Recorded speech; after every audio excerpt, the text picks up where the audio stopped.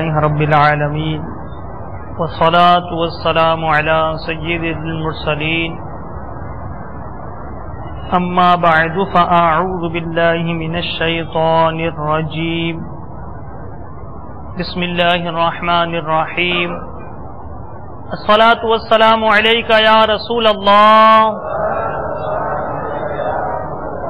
وعلى آلك وصحابك يا حبيب الله الصلاة والسلام عليك يا نبي الله وعلى آلك وصحابك يا نور الله نويت سنة الاعتكاف۔ میٹھے میٹھے اسلامی بھائیوں اور مدنی چینل کے ناظرین، جب بھی مسجد میں داخل ہوں یاد کر کے اعتکاف کی نیت ضرور کر لیں کہ اس نیت کے ساتھ جب تک ہم مسجد میں رہیں گے ہمارے نامہ اعمال میں نفلی اعتکاف کا ثواب لکھا جاتا رہے گا۔ یاد رکھیے، مسجد میں کھانا پینا، سونا، سحری اور افطار سب شرعاً منع ہے۔ اگر ہم نے اعتکاف کی نیت کی ہوئی تھی تو ضمناً ہمارے لیے یہ ساری چیزیں جائز ہو جائیں گی۔ میرے شیخ طریقت امیر اہل سنت بانی دعوت اسلامی حضرت علامہ مولانا ابو بلال محمد الیاس عطار قادری رضوی دامت برکاتہم العالیہ اپنے شعبان المعظم کے فضائل پر مشتمل رسالہ آقا صلی اللہ تعالی علیہ وآلہ وسلم کا مہینہ میں عاشق درود و سلام کے مقام سے متعلق ایک واقعہ نقل کرتے ہیں۔ آئیے ہم سب توجہ کے ساتھ ہمتن گوش ہو کر اس واقعے کو بھی سنتے ہیں اور انشاءاللہ اس پورے بیان کو سنیں گے اور اس کی برکتیں حاصل کریں گے۔ نیت کر لیجئے، کہیے انشاءاللہ۔ لکھتے ہیں حضرت سیدنا شیخ ابو بکر شبلی علیہ رحمت اللہ الولی ایک روز بغداد معدہ کے جید عالم حضرت سیدنا ابو بکر بن مجاہد علیہ رحمت اللہ الواحد کے پاس تشریف لائے۔ انہوں نے فوراً کھڑے ہو کر ان کو گلے لگا لیا اور پیشانی چوم کر بڑی تعظیم کے ساتھ اپنے پاس بٹھایا۔ حاضرین نے عرض کی، یا سیدی، آپ اور اہل بغداد آج تک انہیں دیوانہ کہتے رہے ہیں، مگر آج ان کی اس قدر تعظیم کیوں؟ جواب دیا، میں نے یوں ہی ایسا نہیں کیا۔ الحمدللہ آج رات میں نے خواب میں یہ ایمان افروز منظر دیکھا کہ حضرت سیدنا ابو بکر شبلی علیہ رحمت اللہ الولی بارگاہ رسالت میں حاضر ہوئے تو سرکار دو عالم نور مجسم شاہ بنی آدم رسول محتشم صلی اللہ تعالی علیہ وآلہ وسلم نے کھڑے ہو کر ان کو سینے سے لگا لیا اور پیشانی کو بوسہ دے کر اپنے پہلو میں بٹھا لیا۔ میں نے عرض کی، یا رسول اللہ صلی اللہ تعالی علیہ وسلم، شبلی پر اس قدر شفقت کی وجہ اللہ تبارک و تعالی کے محبوب دانہ غیوب منزہ عن العیوب صلی اللہ تعالی علیہ وآلہ وسلم نے غیب کی خبر دیتے ہوئے ارشاد فرمایا کہ یہ ہر نماز کے بعد یہ آیت پڑھتا ہے، لقد جاءکم رسول من انفسکم عزیز علیہ ما عنتم عزیز علیہ ما عنتم حریص علیکم بالمؤمنین رؤوف الرحیم، اور اس کے بعد مجھ پر درود پڑتا ہے۔ صلو علی الحبیب صلی اللہ تعالی علی محمد۔ آئیے کچھ اچھی نیتیں بھی کیے لیتے ہیں کہ روایت میں آیا، نیت المؤمن خیر من عملہ، مسلمان کی نیت اس کے عمل سے بہتر ہے۔ اس بیان کو اللہ تعالی کی رضا حاصل کرنے کے لیے سنیں گے۔ نیت کو حاضر کر کے انشاءاللہ کہتے چلے جائیے۔ اس بیان کو اللہ تعالی کی رضا حاصل کرنے کے لیے سنیں گے۔ سرکار دو عالم صلی اللہ علیہ وآلہ وسلم کی خوشنودی حاصل کرنے کے لیے مکمل بیان سنیں گے۔ قبلہ رو ہو کر بیان سنیں گے۔ دو زانو بیٹھ کر انشاءاللہ بیان سننے کی سعادت حاصل کریں گے کہ یہ بھی میرے آقا صلی اللہ علیہ وآلہ وسلم کی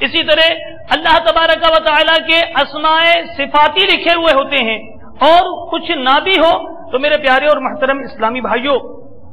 وہ یہ تو ضرور ہوتا ہے کہ حروف تہجی پر مشتمل یہ کچھ نہ کچھ لکھا ہوا ہوتا ہے، تو اس کا بھی ادب ہمارے لیے ضروری ہے۔ جو ادب کرتا ہے وہ اس کی برکتیں حاصل کرتا ہے۔ جیسے اس نشے میں دھت ایک شخص نے اللہ تعالی کے نام کی تعظیم کی وجہ سے بسم اللہ الرحمن الرحیم لکھی ہوئی تحریر کو حفاظت کی نیت سے اسے نگل لیا، اللہ تبارک و تعالی نے اس ادب کی برکت سے اس کی ساری خطاؤں کو معاف کر دی، اس کی بخشش اور مغفرت کر دی۔ تو میرے پیارے اور محترم اسلامی بھائیوں، آئیے ہم سب یہ نیت کرتے ہیں کہ انشاءاللہ اللہ تبارک و تعالی کے نام کی بھی تعظیم کریں گے اور انشاءاللہ الرحمن حروف تہجی کی بھی تعظیم کریں گے، اور جو تعظیم کرتا ہے وہ اس کی برکتیں بھی پاتا ہے۔ آئیے میں آپ کو چند ایک واقعات سناتا ہوں۔ سیدنا سلسلہ عالیہ نقشبندیہ کے عظیم پیشوا حضرت سیدنا مجدد الفسانی قدس سرہ النورانی نے ایک دن عام بیت الخلا میں بھنگی کے صفائی کے لیے جو رکھا ہوا گندگی سے آلودہ کونے سے ٹوٹا ہوا بڑا سا مٹی کا پیالہ دیکھا، غور سے دیکھا تو بےتاب ہو گئے۔ بےتابی کی وجہ کیا تھی؟ آپ نے دیکھا کہ اس پیالے پر لفظ اللہ یہ لکھا ہوا تھا۔ لپک کر پیالہ اٹھایا، خادم سے پانی منگوایا، پانی منگوا کر اپنے دستے مبارک سے خوب مل کر اچھی طرح دھو کر اس کو پاک کیا، پھر ایک سفید کپڑے میں لپیٹ کر ادب کے ساتھ اونچی جگہ پر رکھ دیا۔ آپ رحمت اللہ تعالی علیہ اسی پیالے میں پانی پیا کرتے تھے۔ ایک عام بیت الخلا میں گئے اور اس میں جو صفائی کرنے کے لیے ایک مٹی کا پیالہ رکھا تھا، اس میں لفظ اللہ لکھا تھا، اس کو مٹایا اور پھر اس کو پاک کر کے اسے اپنے استعمال میں رکھ لیا۔ اور استعمال میں کیسے رکھا کہ اس پیالے میں کیونکہ اللہ تعالیٰ کا نام گندا تھا اس لیے اس پیالے میں پانی پیا کرتے تھے۔ کہتے ہیں ایک دن اللہ تعالیٰ کی طرف سے آپ کو الہام فرمایا گیا کہ جس طرح تو نے میرے نام کی تعظیم کی، میں بھی دنیا اور آخرت میں تیرا نام اونچا کر دوں گا۔ آپ رحمت اللہ تعالی علیہ فرمایا کرتے تھے اللہ تعالیٰ کے نام پاک کا ادب کرنے سے مجھے وہ مقام حاصل ہوا ہے جو 100 سال کی عبادت اور ریاضت سے بھی حاصل نہ ہو سکتا تھا۔ 100 سال کی میں عبادت اور ریاضت کر لیتا، اس کے بعد بھی میں اس مقام اور اس مرتبے تک نہ پہنچ پاتا، لیکن اللہ تبارک و تعالیٰ کے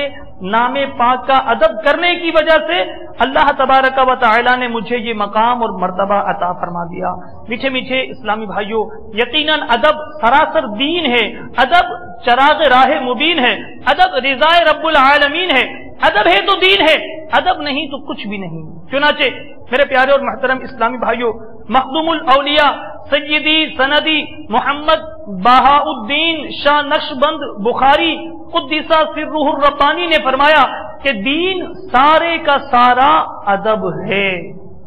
تو میرے پیارے اور محترم اسلامی بھائیوں، ہم نے سنا کہ ادب کی کس قدر اہمیت ہے، ادب کرنے والا کس قدر اعلیٰ مقام حاصل کر لیتا ہے، ادب کرنے کی کیسی کیسی برکتیں لوگ حاصل کرتے ہیں۔ آئیے قرآن پاک سے سرکار دو عالم صلی اللہ تعالی علیہ وآلہ وسلم کا ادب کیسا کرنا چاہیے اس کے متعلق بھی سنتے ہیں۔ اور واقعی جس چیز کو اللہ اور اس کے رسول سے یا اللہ کے مقبول بندوں سے کچھ نسبت ہو جائے اس کی تعظیم کرنا ہم پر ضروری ہے، اور تعظیم کرنے والا محروم نہیں رہتا، بلکہ تعظیم کرنے والا، ادب کرنے والا اپنے مقام اور اپنے مرتبے کو اونچا کرتا ہے۔ جیسے کہ مجدد الفسانی رحمت اللہ تعالی علیہ، انہوں نے فرمایا کہ مجھے جو مقام اور مرتبہ حاصل ہوا ہے، اگر میں 100 سال کی عبادت اور ریاضت بھی کرتا تو اس قدر مقام اور مرتبہ حاصل نہ کر سکتا تھا جس قدر مقام اور مرتبہ مجھے اللہ تبارک و تعالیٰ کے نام پاک کے ادب کی وجہ سے اللہ تعالیٰ نے مجھے عطا فرمایا۔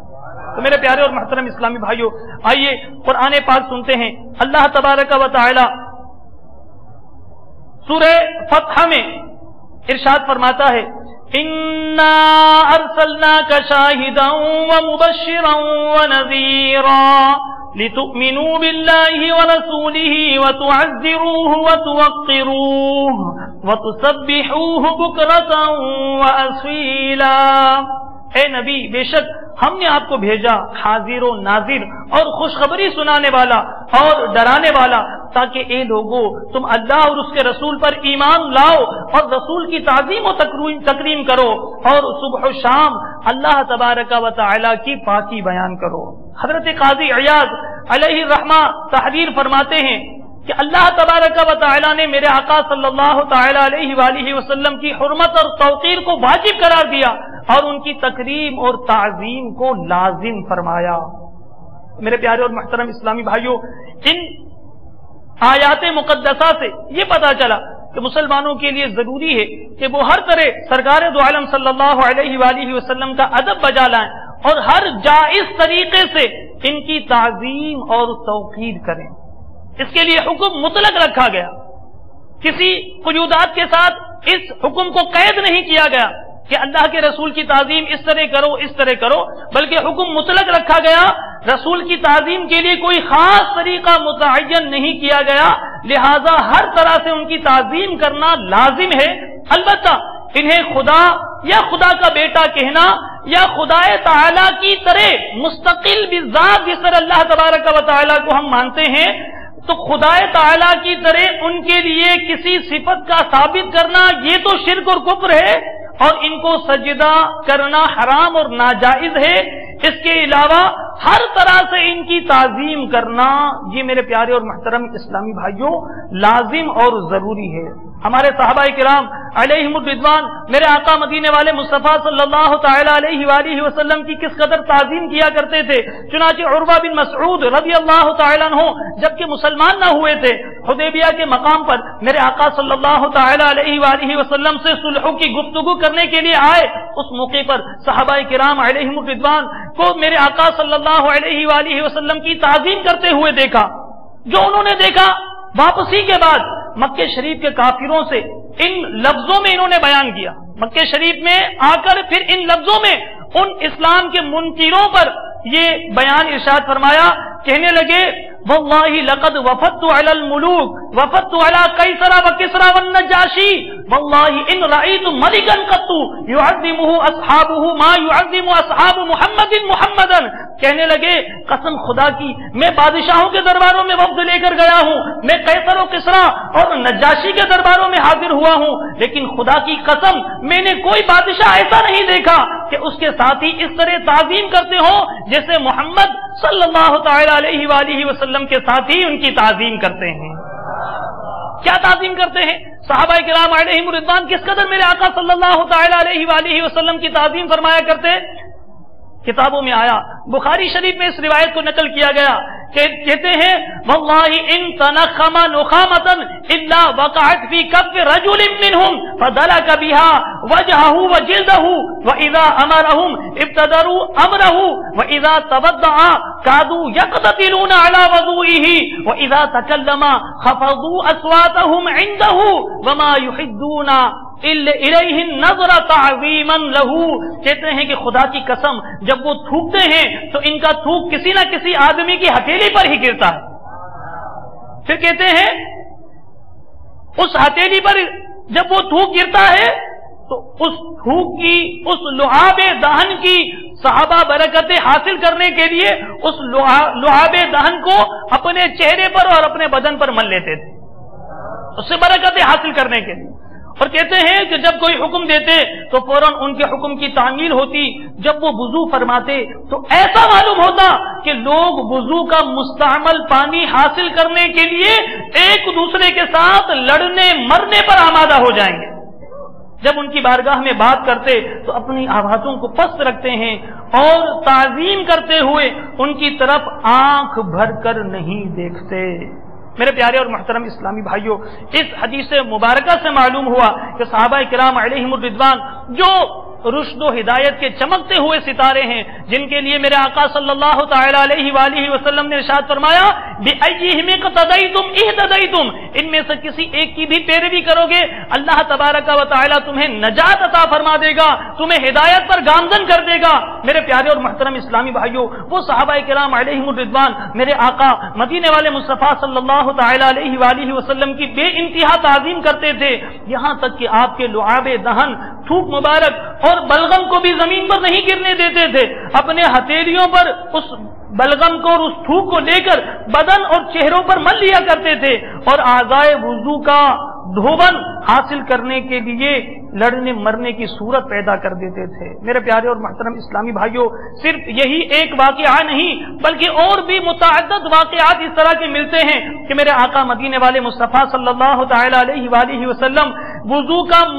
جو پانی استعمال فرماتے، صحابہ علیہم الرضوان اس پانی کو حاصل کرنے کے لیے ایک دوسرے پر ٹوٹ پڑتے تھے۔ چنانچہ بخاری شریف میں ہی اس واقعے کو نقل کیا گیا۔ ابو جحیفہ رضی اللہ تعالیٰ عنہ روایت کرتے ہیں، انہوں نے فرمایا میں نے اللہ کے رسول صلی اللہ علیہ وآلہ وسلم کو مکہ شریف کے ابطح مقام میں دیکھا جبکہ وہ چمڑے کے سرخ خیمے میں تشریف فرما تھے، اور میں نے حضرت بلال کو دیکھا کہ انہوں نے سرکار دو عالم صلی اللہ علیہ وآلہ وسلم کے وضو کا مستعمل پانی ایک لگن میں لیا، لوگوں کو دیکھا کہ اس پانی کی طرف دوڑ رہے ہیں، جس کو اس میں سے کچھ حاصل ہو گیا اس نے اپنے چہرے وغیرہ پر اس کو مل دیا، اور جس کو نہیں ملا اس نے اپنے ساتھی کے ہاتھ سے تری لے لی اور اس تری کو اپنے چہرے اور اپنے جلد پر مل لیا۔ میرے پیارے اور محترم اسلامی بھائیوں، یہ ہر درجے کی تعظیم صحابہ کرام علیہم الرضوان میرے آقا مدینے والے مصطفیٰ صلی اللہ تعالی علیہ وآلہ وسلم کی کیا کرتے تھے۔ سیدنا ابو بکر صدیق رضی اللہ تعالی عنہ کی زوجہ محترمہ حضرت اسماء بنت عمیس رضی اللہ تعالی عنہا روایت کرتی ہیں، انہوں نے کہا اللہ کے رسول صلی اللہ تعالی علیہ وآلہ وسلم پر وحی نازل ہو رہی تھی، اس حال میں آپ کا سر مبارک حضرت علی رضی اللہ تعالی عنہ کی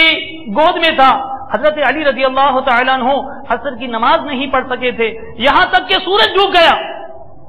اس کے بعد میرے آقا مدینے والے مصطفیٰ صلی اللہ تعالیٰ علیہ وآلہ وسلم نے فرمایا اے علی کیا تم نے نماز نہیں پڑھی؟ انہوں نے عرض کی نہیں، تو میرے آقا مدینے والے مصطفیٰ صلی اللہ تعالیٰ علیہ وآلہ وسلم نے بارگاہ الہی عز و جل میں دعا کی، یا الہ العالمین، علی تیرے اور تیرے رسول کی اطاعت اور فرما برداری میں تھے، اس لیے ان کی نماز عصر قضا ہو گئی، لہذا تو ان کے لیے سورج کو لوٹا دے۔ حضرت علی رضی اللہ تعالیٰ عنہ نے نماز عصر نہیں پڑھی، لیکن سرکار صلی اللہ تعالیٰ علیہ وآلہ وسلم اللہ کی بارگاہ میں دعا کر رہے ہیں تو یہ دعا کر رہے ہیں، اللہ کی بارگاہ میں التجا کر رہے ہیں تو یہ التجا کر رہے ہیں، الہ العالمین علی تیری اور تیرے نبی کی فرما برداری میں مصروف تھا، ان کے لیے سورج کو لوٹا دے۔ حضرت اسماء بنت عمیس فرماتی ہیں میں نے دیکھا خدا کی قسم سورج ڈوب گیا تھا، دعائے نبوی کے بعد میں نے دیکھا کہ وہ نکل آیا اور اس کی کرنیں پہاڑوں اور زمینوں پر پھیل گئیں، اور یہ واقعہ مقام صحابہ میں پیش آیا جو خیبر سے قریب ہے۔ تو میرے پیارے اور محترم اسلامی بھائیوں، اس واقعے سے یہ معلوم ہوا کہ میرے آقا مدینے والے مصطفیٰ صلی اللہ تعالی علیہ وآلہ وسلم کی تعظیم میں حضرت سیدنا مولا کائنات مولا علی مشکل کشا کرم اللہ تعالی وجہہ الکریم نے نماز جیسی اہم عبادت آپ کی نیند پر قربان کر دی، اس لیے کہ ایمان والوں کے نزدیک سرکار دو عالم صلی اللہ تعالی علیہ وآلہ وسلم کی تعظیم اور ان کی عظمت کا اعتقاد یہ ایمان کا رکن ہے، اور تعظیم کا فعل ایمان لانے کے بعد ہر فرض سے مقدم ہے، ہر فرض سے سبقت لے جانے والا یہ فعل ہے کہ اللہ کے محبوب صلی اللہ تعالی علیہ وآلہ وسلم کی تعظیم کی جائے۔ سیدنا عمر فاروق اعظم رضی اللہ تعالیٰ عنہ سے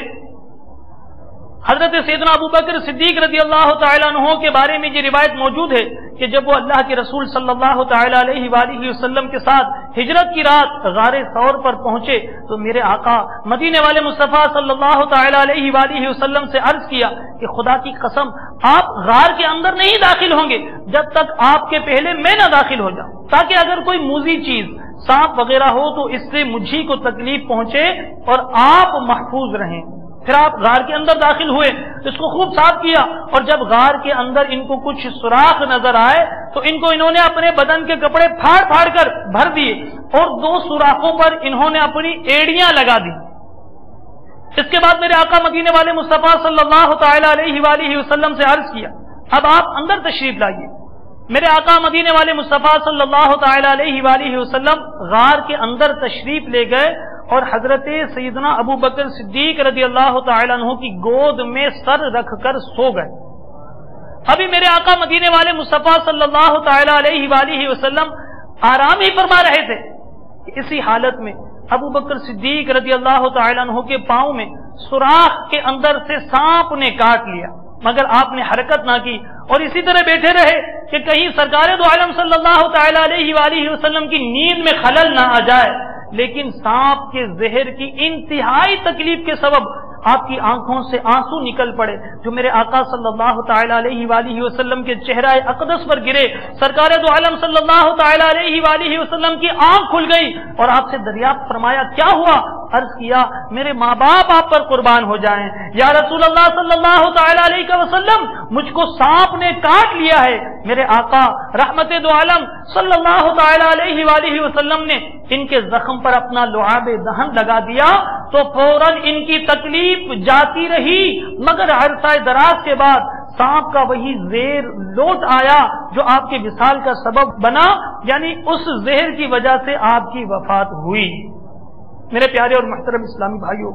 اس پورے واقعے میں اس سے پہلے جو ہم نے واقعات سنے اس میں بھی میرے آقا مدینے والے مصطفیٰ صلی اللہ تعالی علیہ وآلہ وسلم کی اس قدر تعظیم کرتے ہوئے صحابہ کرام علیہم الرضوان نظر آ رہے ہیں. اسی کو سیدی اعلیٰ حضرت علیہ رحمت رب العزت اپنے اشعار میں کچھ یوں سموتے ہیں اور بڑی پیاری عکاسی بھی کرتے ہیں اور بڑی پیاری ہمیں نصیحت بھی کرتے ہیں، بڑی پیاری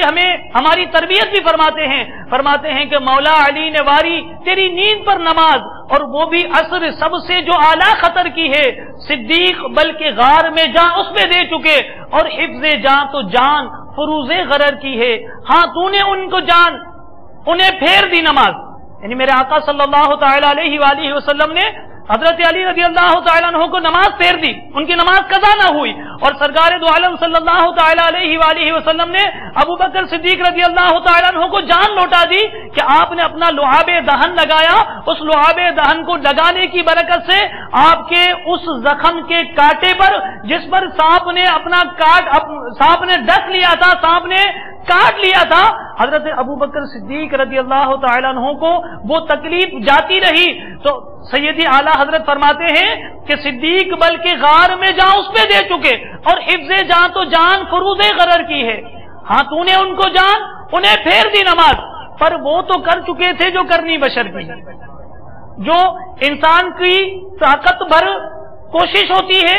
وہ کوشش اگر دیکھی جائے تو سیدنا ابو بکر صدیق رضی اللہ تعالیٰ عنہ نے بھی کر لی اور سیدنا مولا کائنات مولا علی مشکل کشا کرم اللہ تعالی وجہہ الکریم نے بھی وہ پورا کر دیا. تو فرمایا کہ پر وہ تو کر چکے تھے جو کرنی بشر کی ہے. پھر ان دونوں واقعات کو سامنے رکھتے ہوئے سیدی اعلیٰ حضرت امام اہل سنت مجدد دین و ملت پروانہ شمع رسالت الشاہ امام احمد رضا خان علیہ رحمت الرحمان بڑا پیارا نتیجہ اخذ کرتے ہیں. فرماتے ہیں ان دونوں واقعات کو آپ بھی اپنے ذہنوں میں رکھیے اور غور کیجئے جو اعلیٰ حضرت نے فرمایا کہ ثابت ہوا کہ جملہ فرائض فروع ہیں، اصل الاصول بندگی استاجور کی ہے. یعنی جتنے بھی فرائض ہیں یہ تو شاخیں ہیں. اگر اصل کی بات کی جائے، جڑ کی بات کی جائے، نہیں جڑوں میں سب سے بڑی نیچے تک جانے والی جڑ کی بات کی جائے تو فرمایا کہ اصل الاصول بندگی تابعداری فرما برداری استاجور کی ہے. تو میرے پیارے اور محترم اسلامی بھائیوں، اسی کو قرآن پاک نے یوں بیان فرمایا لِتُؤْمِنُوا بِاللَّهِ وَرَسُولِهِ وَتُعَزِّرُوهُ وَتُوَقِّرُوهُ وَتُسَبِّحُوهُ بُكْرَةً وَأَصِيلًا، جس کا ترجمہ یہ کیا گیا کہ اے لوگوں تاکہ تم اللہ اور اس کے رسول پر ایمان لاؤ اور رسول کی تعظیم اور تکریم کرو اور صبح و شام اللہ تعالی کی پاکی بیان کرو. صلو علی الحبیب صلی اللہ تعالی علی محمد.